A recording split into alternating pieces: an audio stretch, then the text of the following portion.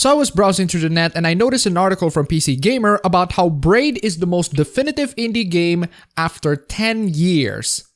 Not in Cave Stories watch. But then there was another article from AV Club which essentially talks about the same thing. A paranoid side of me feels rather suspicious, and I admit it can be absolutely nothing, but that still doesn't mean this doesn't look suspicious. And this happened to me again with a topic that I have tackled before in another video quite a while ago, but for some reason it decided to come back once again with a different spin. So IGN just made a video about how Twitch and YouTube are hurting single player games. Yes. Twitch and YouTube are hurting single-player games. How are they hurting single-player games? Well, that's a good question to ask, but that question implies that we all agree that both of them are hurting the interest of single-player games, which is still quite debatable. So I want to ask you guys, if you are a game developer who makes a game that is so lacking in gameplay content it can be enjoyed just by watching someone else play it, why is it the fault of the streamers or the YouTubers who did nothing but to simply stream the game for people's enjoyment? Why are the streamers or YouTubers in the wrong for making a game whose content can be enjoyed just as much if you stream it? This is obviously different to movies. Movies are not an interactive medium, so of course uploading a movie in its entirety to YouTube can get you in trouble. But video games are an interactive medium. If you sell something as a video game,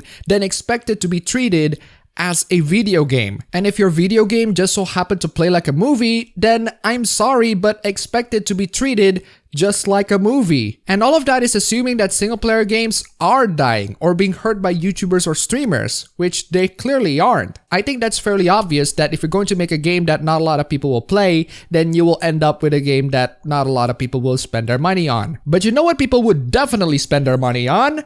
My Patreon! For some reason. Huge thanks to Punish GSM, Daniel, and Zanti for the pledges on Patreon. You guys are fantastic. As it turns out, devs say Twitch is a really big factor. Please explain to me how Twitch is a really big factor, IGN, or more specifically, game developers who reported this to IGN. One person I spoke to is Rami Ismail from Vlambeer, who said that one of the most under-discussed effects of Twitch and YouTube is that no major studio outside of first parties who are trying to sell consoles or a studio with a reputation for making single-player games really has a reason to bother with immersive single-player campaigns. Okay, now you're reminding me of my last extra credits video. I want you all to stop for a second and think. In those footages of studios with reputation of making single-player games, you didn't include Bandai Namco, Square Enix, Koei Tecmo, Capcom, Neon Falcom, Atlus, Nintendo, Sega. I can go on and on and on. And yes, you might notice that all of them are Japanese companies because, you know, they actually make great games. The major studios that I know of that has moved on from single player are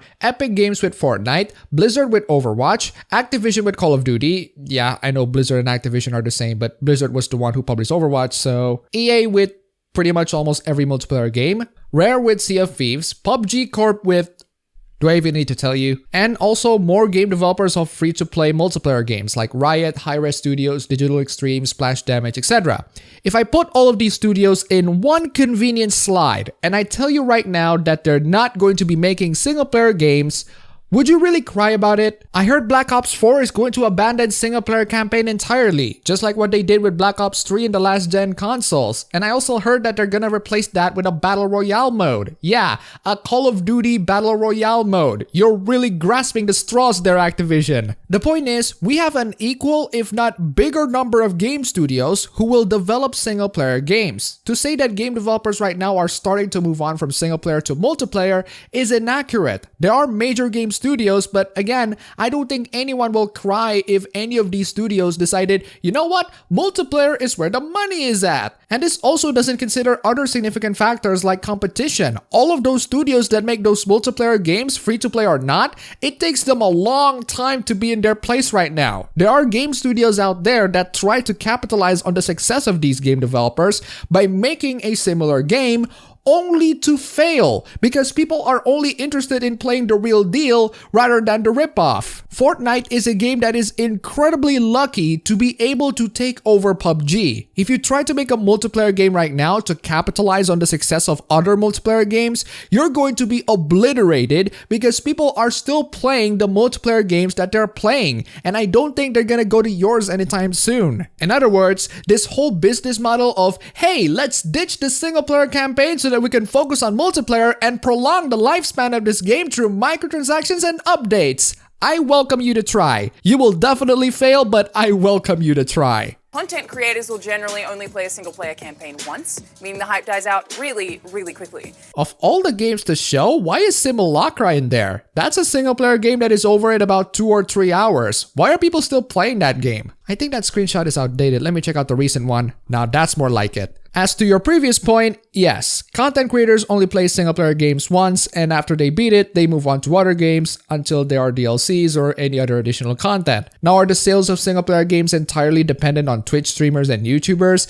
The answer is absolutely not. I think big game developers are capable of promoting these single-player games without the need of Twitch streamers. And there's also your IGN and many other gaming outlets promoting these games. I think they're doing just fine. And grabbing the attention of content creators is one of the easiest ways to market games right now. True, but this doesn't always apply to all games, and this doesn't always work. To this day, I haven't played Sea of Thieves. To this day, I haven't played Fortnite. To this day, I haven't played League of Legends. To this day, I haven't played Overwatch. I'm not interested in multiplayer games. If big game studios want to move on from single player games, that's perfectly fine, but don't expect me to buy their games anytime soon. And if there are no big game studios that make single player games anymore, then that will be the time where I take you all back to the past, in which someone who has zero nostalgia for the Nintendo 64 like me played Zelda Ocarina of Time and thought, whoa, wait a second, I think I've heard this music before.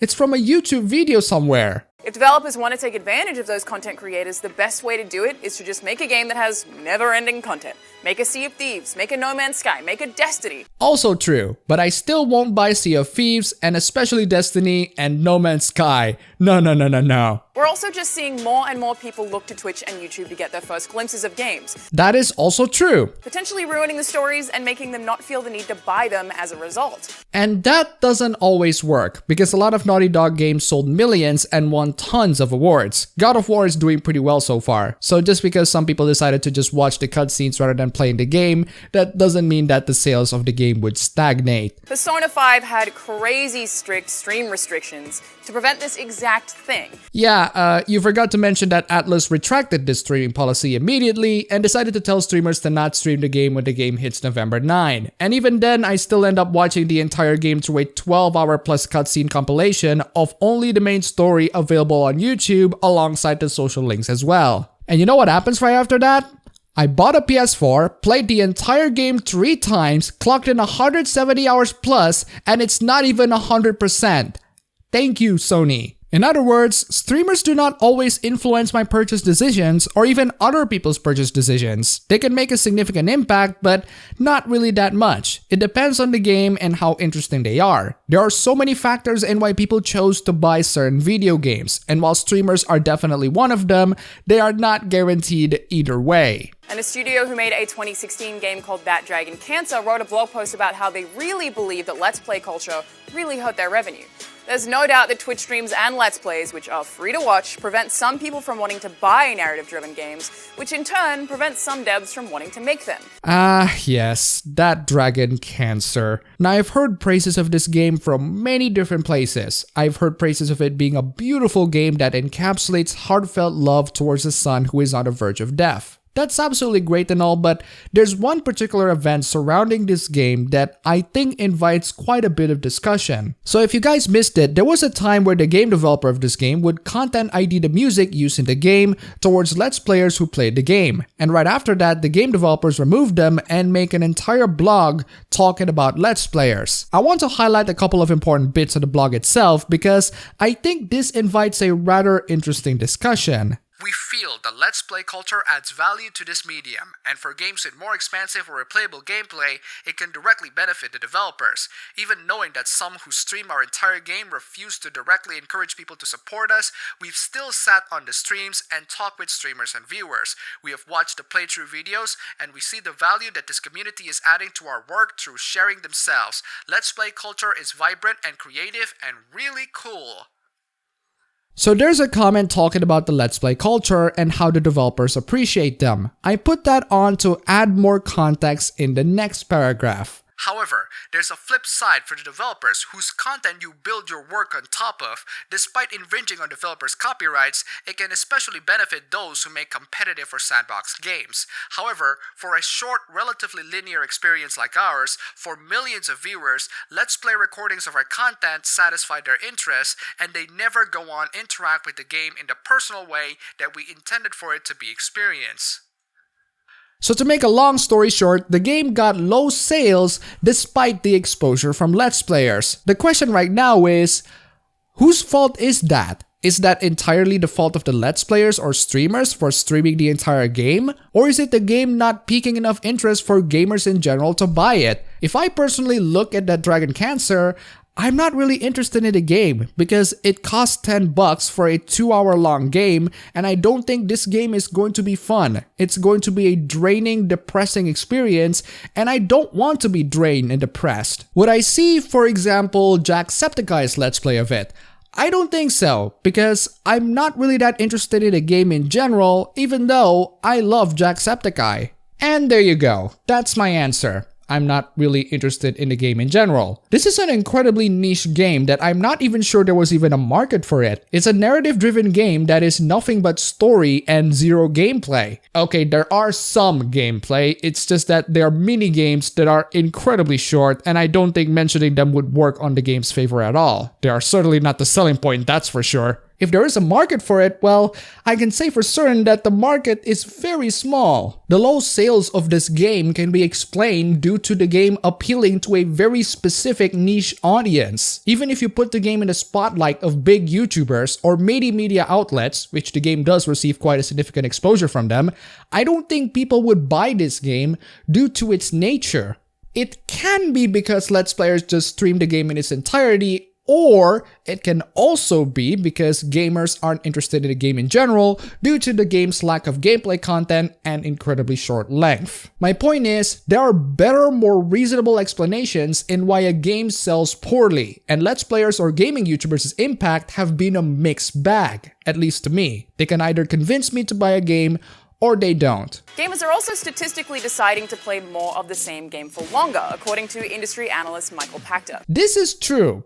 But it isn't always true, especially for future games. If game developers are going to make multiplayer-only games, I highly doubt that those game developers will gain about as much success as any of the multiplayer-only games mentioned in this video. As more devs are moving away from single-player-only experiences, Ubisoft being a really great example with games like For Honor, Siege, and Wildlands. Except For Honor and Ghost Recon Wildlands have single-player campaigns that you can play by yourself, while Rainbow Six Siege only has tutorial modes as far as I know. Ubisoft has been doing multiplayer games for a long time, and they still have single-player games as well. If you're going to include Siege, which was released in 2015, Ubisoft also released Watch Dogs 2, Assassin's Creed Origins, Far Cry Primal, and let's not forget Far Cry 5, which is the fastest selling game on the franchise and the second largest Ubisoft launch title. Ubisoft is still making single-player games. Just because they made some multiplayer games doesn't mean that they moved on from single-player. So using them as a great example is not accurate at all. It's third parties like Bethesda that I'd keep an eye on over the next 5 years. With Dishonored 2 and Wolfenstein 2 not selling remarkably well, that games-as-service, Twitch-friendly model gets more and more appealing,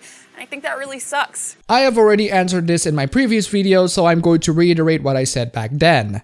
Nice cherry picking that you got in there, article. Prey, while being an excellent game from what I've heard, has a horrendous marketing campaign. Dishonored 2 has a pretty buggy launch on the PC version and didn't improve that much in the story aspects. And Wolfenstein 2 was a garbage sequel. Why do you pick examples from these specific story-rich single-player games? In fact, why did you pick Dishonored 2, a game that was released 2 years ago? Last year alone, we have Persona 5 that sold millions, Divinity Original Sin 2 also sold millions, Hellblade sold 500,000 copies in just 3 months, even Doki Doki Literature Club was downloaded 1 million times. Actually, scratch that, 2 million times.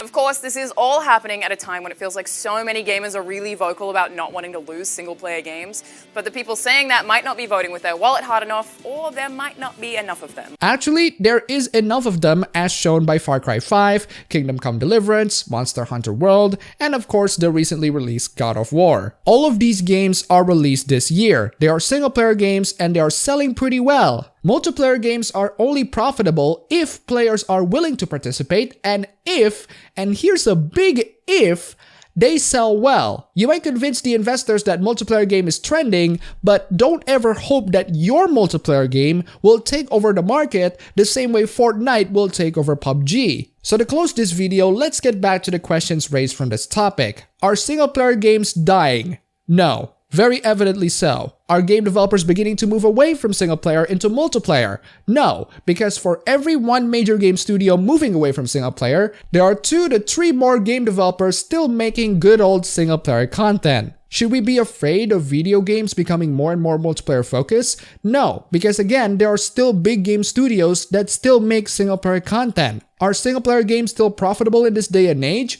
Of course they are. If they aren't, then they wouldn't be making them. And the biggest question from this topic, are YouTubers and Twitch streamers hurting the sales of single player games? I don't know. Nobody knows because they couldn't really give a definitive answer. I can tell you my own personal experience with Let's Plays and gameplay videos and how they either influence or not influence my purchase decisions, but overall, it's really hard to tell. But regardless of streamers or YouTubers playing the game, I think the big problem here is still the good old question in how to make video games that are actually interesting and grab people's attention. How can we make video games that will make people to throw money at us? Those are very good questions, and I will leave these questions to you guys.